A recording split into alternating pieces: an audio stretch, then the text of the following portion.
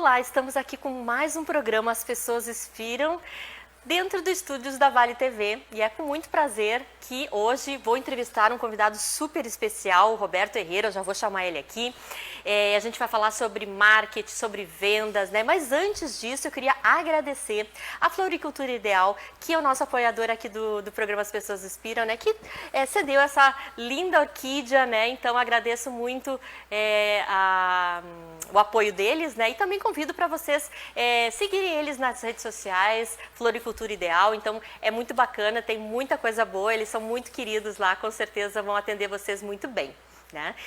E muito bem, Roberto, obrigada aí por estar com a gente hoje, né? É um prazer te rever, né? Faz muito tempo que eu não vejo o Roberto, mas a gente já se conhece há bastante tempo aqui, né? O Roberto, ele é estrategista digital, mentor, consultor, palestrante, professor de marketing digital, vendas, negociação e aplicação de inteligência artificial nos negócios, né? E também é sócio da Ideal Inteligência em Negócios. E a gente vai falar muitas coisas hoje aqui, então fique aqui com a gente, porque tem bastante coisa boa aí para compartilhar com vocês, com a nossa audiência. Roberto, primeira coisa que eu ia te perguntar, para as pessoas te conhecerem, né? Fala um pouquinho sobre a tua trajetória profissional, né? E como essa parte de marketing, inovação, tecnologia entrou na tua vida. Muito bem. Primeiramente, muito obrigado, Eliane, pelo convite e também a toda a audiência que está acompanhando.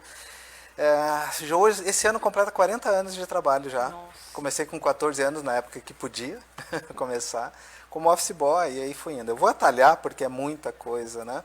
Mas vamos buscar os últimos tempos, assim. Eu me formei em engenharia elétrica, trabalhei alguns anos na área, mas mesmo na engenharia eu já ia para a área comercial, eu já ia fazer a venda de contratos e outras coisas mais, e fui me identificando com a área comercial mesmo dentro da área de engenharia. Então, na área técnica, trabalhei pouco tempo, né, sempre indo para essa área mais de vendas. E aí, acabei recebendo um convite, morava em Porto Alegre, trabalhava lá na PUC mesmo, dentro dos laboratórios da PUC, mas ainda fazendo trabalho comercial. Recebi uma proposta de vir aqui para o Vale, na virada do século ali, né? E acabei, então, me direcionando bem mais para a área de vendas. De lá para cá, acabei estudando, fazendo um mestrado, me desenvolvendo na área de administração. E aí descobri nesse período que eu gostava de dar aula. Porque eu já fazia alguns treinamentos de profissionais de vendas, e sempre gostei de dar de treinamento, de trocar a experiência com coisas acadêmicas. E quando eu fiz o mestrado, descobri esse viés de dar aula, e de lá para cá me dediquei a dar aula em algumas universidades, aqui especialmente no Vale, na Unicinos, dei aula na Fevale, dei aula há algum tempo na graduação, mas na pós continuo dando aula na Fevale, na Unicinos, na UX, UPF, todas elas hoje dentro da área de vendas, que é marketing e vendas, que é a minha grande experiência.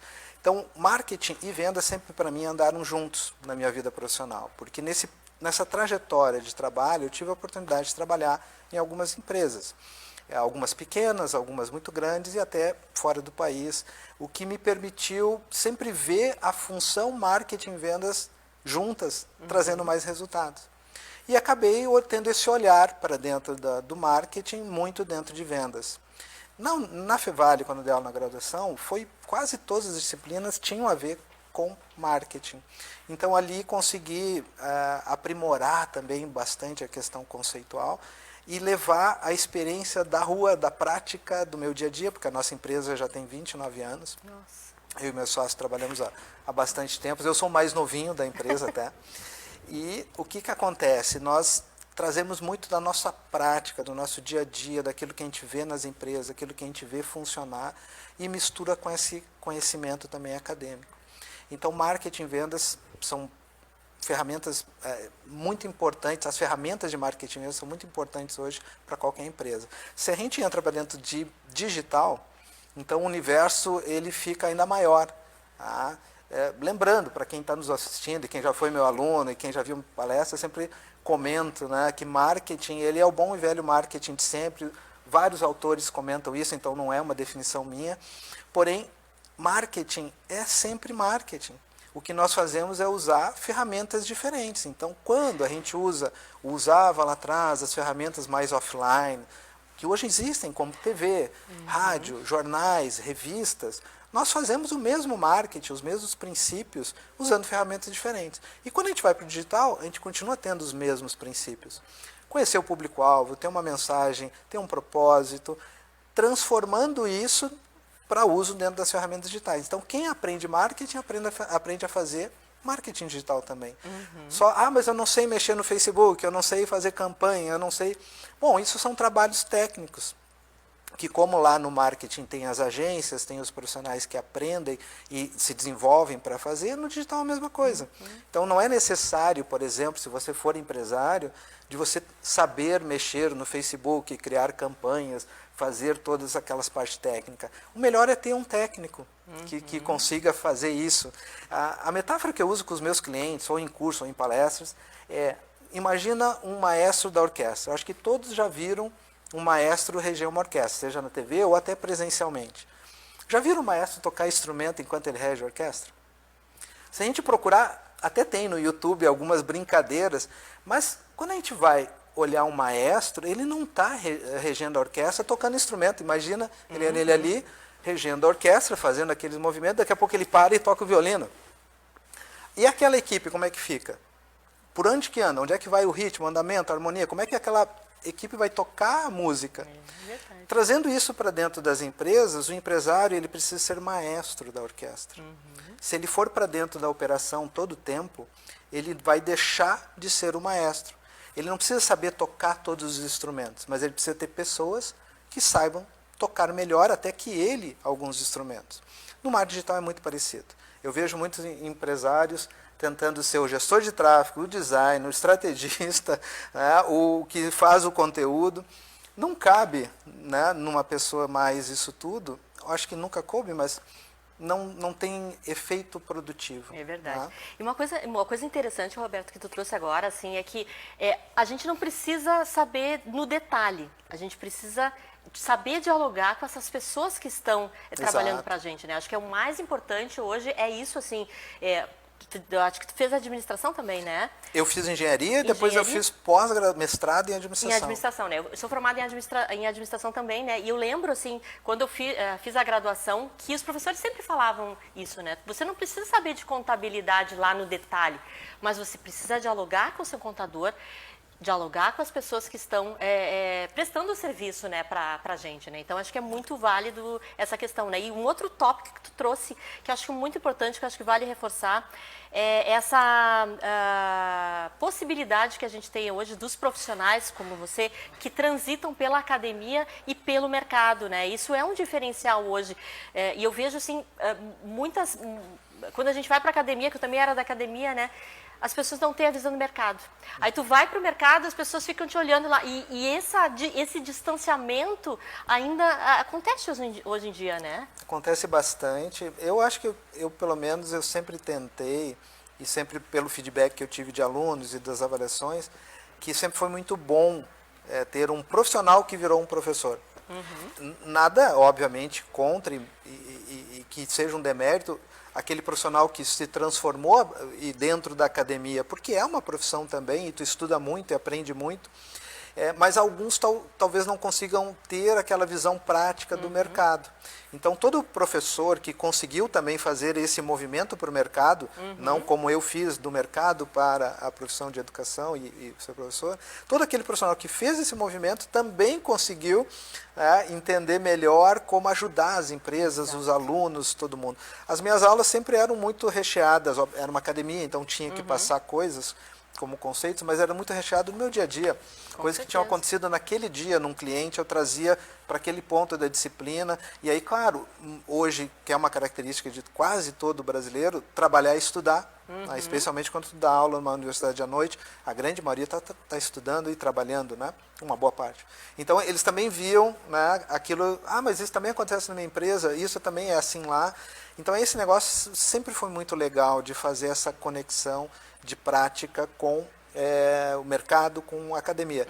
Mas ainda existe uma distância. Uma lacuna, né? Isso dificulta, né, o desenvolvimento, às vezes, até das empresas, né, e até da academia propriamente dita, né, que acaba se vendo aí como uma ilha muitas vezes, né?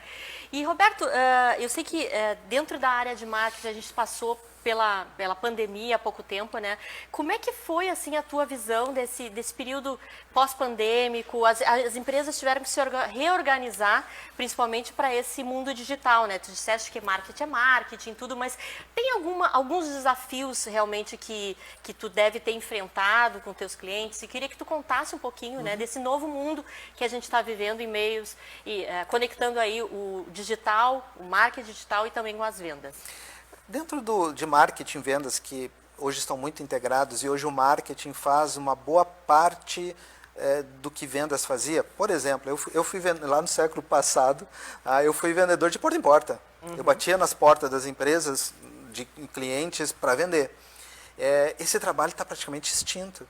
Representação comercial e vendedores de rua que vão atrás do cliente, tem muitos segmentos que já não existe mais esta figura, existe um outro profissional fazendo vendas, porque o marketing ele consegue hoje trazer, principalmente o digital, consegue trazer o cliente mais pronto para aquilo que a gente chama dentro do funil de vendas. E às vezes é uma equipe interna de atendimento que faz esse acolhimento para fazer o trabalho de vendas.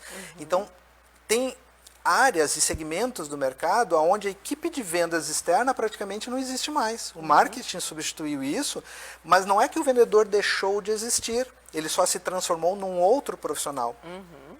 Claro que tem segmentos que isso nunca vai ser verdade, a extinção, porque precisa estar lá dentro da produção do cliente. Então, o que aconteceu? Antes da pandemia, alguns movimentos já estavam acontecendo nesse sentido. O digital, ele sempre teve muito presente, ele vinha vindo num movimento exponencial. Aqueles clientes, aquelas empresas que não estavam com uma presença digital muito boa antes da pandemia, quando veio a pandemia, se depararam com a situação, meu Deus do céu, no cliente não vem mais, eu preciso ir para o digital, e aí foi aquela correria tentando se posicionar.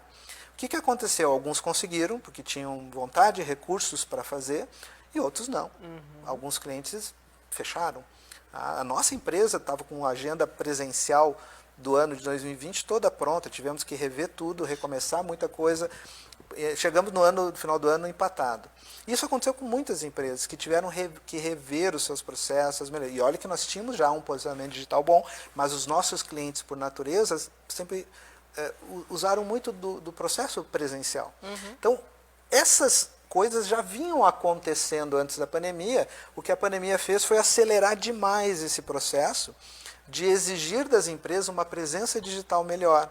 E aí aquelas empresas que já estavam nesse caminho tiveram mais facilidade. Aquelas que conseguiram correr e se adequar ficaram ok, conseguiram passar, e algumas não. O que aconteceu pós-pandemia? Esse processo só acelerou mais ainda. Ou seja, as mudanças vêm porque vêm, elas vão continuar acontecendo. Não adianta a gente não olhar para elas, o mundo está ali, é olhar o mundo como olhos de ver. E aquilo que era uma estratégia que funcionava daqui a pouco num determinado momento e que trouxe a empresa até aquele ponto, pode ser exatamente a mesma que derruba ela logo em seguida.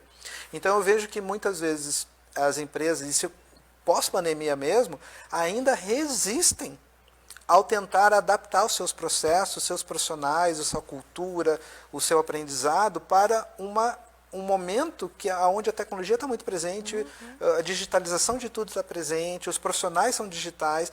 Eu sempre falo que essa galera nova, que nem os meus filhos que estão vindo, eles já nasceram dentro do mundo digital muito mais intenso. Para eles não é normal sair para ir num shopping passear e comprar coisas. Para ele é melhor falar com o tio Google, né, pedir o que eles querem, daí vai aparecer todas as opções, eles clicarem nele, tudo conversado, eles mal sabiam digitar, e eles já faziam isso.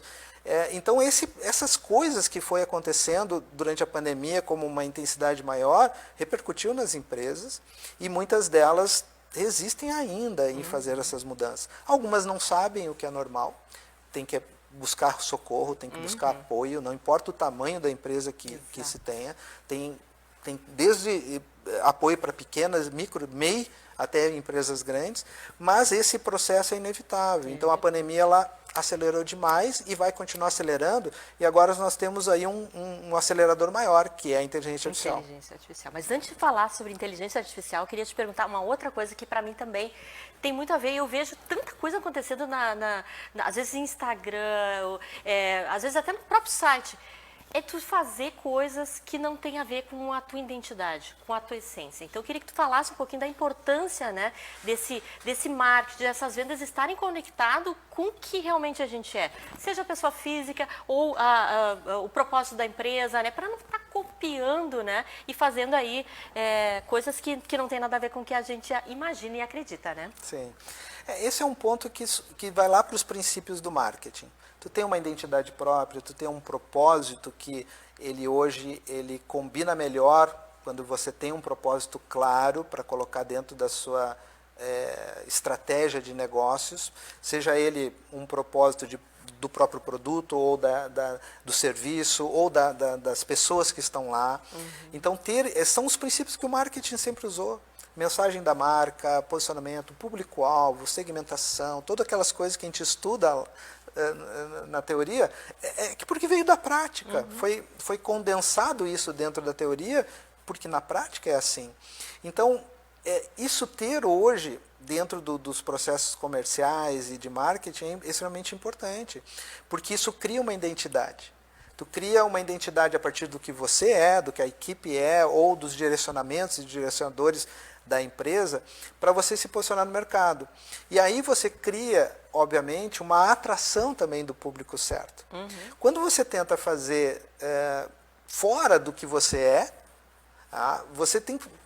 Não é que não vai dar certo, pode até dar certo, mas a sua energia, o seu gasto, o seu esforço para tentar atrair um público que não é de acordo com a sua identidade, esse esforço é muito gigantesco. Uhum. Então é mais fácil quando há essa atração.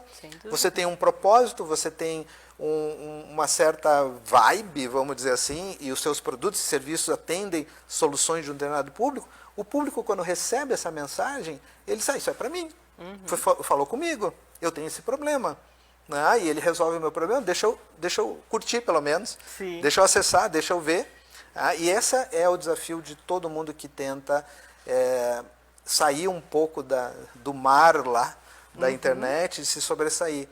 Quem tenta fazer isso sem ter uma identidade, um propósito, um direcionamento, tem muito mais dificuldade. Sim. Mas a gente não pode dizer que eventualmente não vai dar certo, só que vai gastar mais dinheiro, vai gastar mais tempo, vai gastar mais energia e talvez, que é uma boa parte, não vá conseguir. Uhum. Do que quando você se posiciona. Tá bom, eu sou assim, eu gosto disso, eu tenho esse propósito, eu quero transformar isso num produto e serviço, e aí você vai naturalmente atrair o público que também se identifica com aquilo. Maravilha. Olha, quanto é importante, né, a gente dedicar, ter um profissional, né, que nos oriente, que nos auxilie nesse sentido, né, para desenvolver aí realmente um marketing, um processo de vendas que seja mais assertivo, né. E, Roberto, tu chegaste a dar uma pincelada aqui, um spoiler sobre inteligência artificial, né. Acho que com a própria vinda da pandemia, né, meios digitais, tudo isso também acelerou a gente pensar um pouco mais nessas maneiras diferentes de fazer aí a coisa acontecer. Eu queria que tu comentasse um pouquinho o que vocês têm feito hoje com relação à inteligência artificial. Basicamente, a gente tem que entender a inteligência artificial. Primeiro, não é um processo novo, ele já existe desde o século passado, a gente já usa nos nossos dispositivos.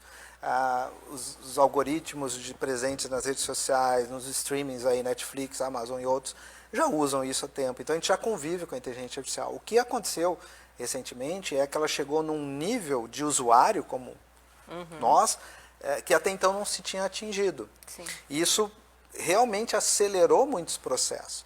Mas a gente tem que entender a inteligência artificial como um aliado hoje, como uma melhoria da produtividade. Tá? Claro que terão pessoas e empresas que vão usar isso para fins que talvez modifiquem, alterem a seu próprio rumo de negócios e centralizem tudo no apoio da inteligência artificial. Mas vamos pegar lá no nosso dia a dia, né? Quem já não fez uma brincadeira e testou o ChatGPT ou o Gemini lá no Google, né? Fez alguns testes e a gente vê como é impressionante a forma como ele ele traduz a informação. Antes, quando eu tinha que fazer uma pesquisa para uma palestra nova, por exemplo, eu tinha que entrar em vários sites, buscar várias informações. Hoje eu crio aquela estrutura e peço para ter insights, que é o que eu mais uso, por exemplo, com a inteligência artificial. E ele me traz muitos insights ali, me atalhando caminhos, me dando uma coisa um pouco mais... Em vez de andar 10, 20 por hora numa estrada, estou andando agora com um carro melhor e mais rápido, mas ainda assim é eu que tenho que dirigir, ainda assim é eu que tenho que escolher o caminho que eu vou. A ferramenta não pode ser confundida com a própria substituição de tudo. Ela é mais uma ferramenta, mas sim com um potencial extremamente grande e enorme. As empresas estão se beneficiando muito disso, certo? Por exemplo, eu tenho clientes que eles fazem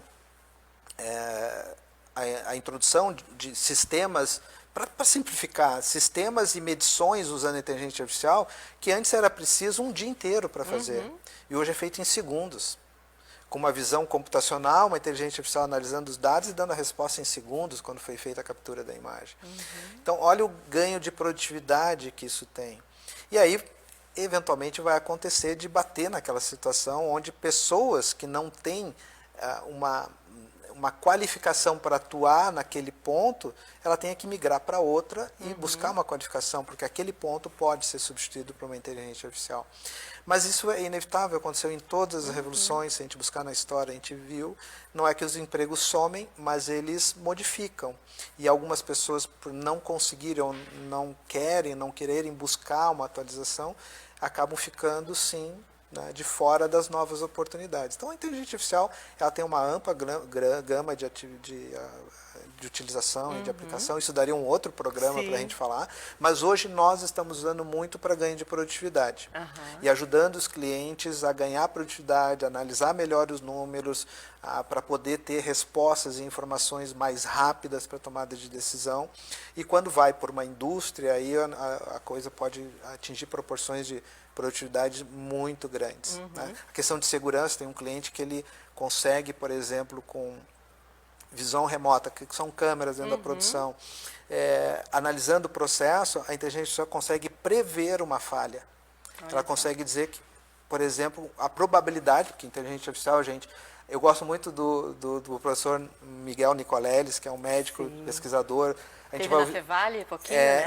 a gente vai ouvir falar muito das invenções dele, e ele fala que a inteligência artificial não é nem inteligente nem artificial. Procure os vídeos e entendam o que ele quer dizer. Mas ele fala disso, a inteligência artificial é um sistema multivariado, estatístico multivariado. E é assim, calcula e faz cálculos mais rápido. Então, se ele tem um grande input de informações, ele pode, inclusive, entender qual é a probabilidade de ter falha num determinado tipo de processo de produção, o operador ser chamado e intervir antes da falha, antes de acontecer a parada da produção.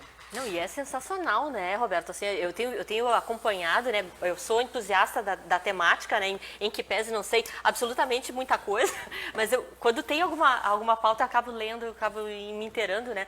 E eu vejo assim o quanto realmente a gente tem ainda a evoluir, né? Acho que a gente está no início dessa subida, né? Tudo está começando. Só um exemplo para a gente finalizar esse ponto. Eu dou curso de treinamentos, cursos de negociação, por exemplo, né? E é normal a gente fazer as pessoas em pares treinarem algum método, alguma coisa entre elas. Mas até chegar nesse ponto, a pessoa tem que passar por um aprendizado, né? Então, com o uso da inteligência artificial, hoje, nos meus treinamentos presenciais online, eu faço a pessoa treinar com a IA. Eu criei lá um robozinho, baseado com uso de inteligência artificial, que ele é preparado para negociar, dentro da metodologia que eu ensino. Então, ele consegue ali, e tudo que ele aprendeu das aulas, dos vídeos, dos textos que ele leu, antes de ir para uma simulação real com um colega e depois com o cliente, ele pode testar, errar, criar suas ideias de negociação ali com a inteligência artificial, que vai negociando com ele e depois dar um feedback. Coisa que eu não consigo fazer com 30 alunos num curso. Eu não consigo individualmente com cada um olhar, dar feedback e dar sugestões. Eu faço com um, faço com outro, pego um caso de um e mostro para todos. A inteligência artificial faz com cada um individualmente no seu tempo. Ele vai para casa com o tema de casa, com o celular ou com o computador, ele treina com a IA a sua negociação, usando o seu caso real da sua empresa. No treinamento eu tenho que dar um caso fictício para todos. A IA faz individualmente, ela pede qual é o seu contexto, qual é a sua empresa, qual é o seu produto. Ou seja, cria um contexto para ele e ele vai treinar e simular aquela negociação com ela. Inclusive, ele vai mostrar onde que ele podia ser melhor, onde que ele podia ser. Eu tenho alunos, recentemente eu fiz isso. Começou agora, há uns 2 meses atrás. Eu fiz um aluno fez isso aqui e depois me mandou no WhatsApp, professor, eu testei, treinei, apanhei da IA, como ele diz, melhorei meu script, fui para um cliente, fechei um negócio com ele no primeiro dia. Olha só. Ou seja, ele foi treinado, porque a IA foi dando para ele opções, olha, aqui tu poderia fazer assim, aqui tu poderia fazer assado. Ele colocou o perfil do cliente que ele ia negociar na IA, né, e foi o treinamento. Então, ganho de produtividade, ganhos de performance que a gente pode fazer. Não dá para ter medo, mas dá medo. Ah, é verdade, é verdade. Eu acho que isso traz uma outra coisa que às vezes talvez não seja a tua área, mas assim acaba abarcando, que é a questão da cultura mesmo, né? E como a gente, para implantar um processo de inteligência artificial ou qualquer outra coisa que a gente queira que seja mais disruptivo, né? A gente precisa trabalhar essa questão da cultura dentro das organizações. Porque são as pessoas que fazem a coisa acontecer, né? Não adianta eu ter a melhor ferramenta do mundo se eu, Eliane, não tenho abertura para estar aprendendo, para estar me inserindo, né, nesse novo mundo, que é o mundo que a gente vive hoje, não é nem futuro, né, Roberto? É o agora, né? As pessoas já estão utilizando, então eu preciso estar aberto a isso, né? Mas, infelizmente, Roberto, a gente já está no final da nossa... Eu disse, eu não consegui nem perguntar tudo aqui que eu queria, né? Mas é sempre um prazer aqui te receber na Vale TV, obrigado né? pelo convite. E queria que deixasse uma mensagem aqui para as pessoas que estão te ouvindo e também as redes sociais, enfim, para te procurar depois para, sei lá, tomar um café, enfim, contratar os serviços. Como mensagem é o que eu tenho sempre dito, apesar de toda essa tecnologia, todas essas mudanças, é sempre de ser humano para ser humano. No final das contas, o produto ou um serviço ou um relacionamento, ele vai estar entre seres humanos. Não se espera que isso seja substituído por máquina. Então, mesmo que a gente use toda essa tecnologia, todo esse aparato, ele tem que ser visto como um aliado e como um ganho de produtividade e melhoria para a nossa própria vida. Tem coisas que o ser humano não deveria mais estar fazendo mesmo. Trabalhos braçais enormes, pegar planilhas que tu faz para lá, para cá, e busca dados, isso, aquele outro. A gente tem que ser um analista de dados, por exemplo. A IA pode fazer isso melhor para nós. E a gente tem que ter um tempo livre para tomar um café melhor com o cliente, conversar mais. Então, não se assustem, embora assuste, a questão da tecnologia, de toda essa mudança. É sempre de ser humano para ser humano, e o ser humano não sai da equação. As minhas redes sociais, é só procurar por Roberto Herrera Arbo, Roberto Herrera, mas é Arbo Herrera. Procurou lá, vai encontrar LinkedIn, Facebook, Instagram, embora é no LinkedIn que eu atuo mais como estratégia. Facebook, Instagram para nós é apenas um coadjuvante, porque começamos lá, mas é LinkedIn que eu atuo mais. Procura o site herrera.com.br, aí tem todo acesso a tudo. Já está com acesso para o Roberto. Muito bem, gente. Agradeço as pessoas que estão aqui nos assistindo, né? E também convido para que todos assistam a programação, né? Tem vários programas aqui na Vale TV que são muito interessantes também, além aqui das Pessoas Inspiram, né? Sempre no canal 6 ou 14 da NET e também nas nossas redes sociais, YouTube, Facebook, Instagram, né? Sempre tem material e conteúdo muito relevante aqui para você que é daqui da região, né? Que tem esse desejo do conhecimento, né? De estar a par do que está rolando aqui na nossa cidade, na nossa região. Agradeço a todos e já convido para a semana que vem estarem comigo em mais um programa As Pessoas Inspiram, sempre às quintas-feiras, 22 horas. Obrigada. Obrigada, Roberto. Obrigado, Eliane.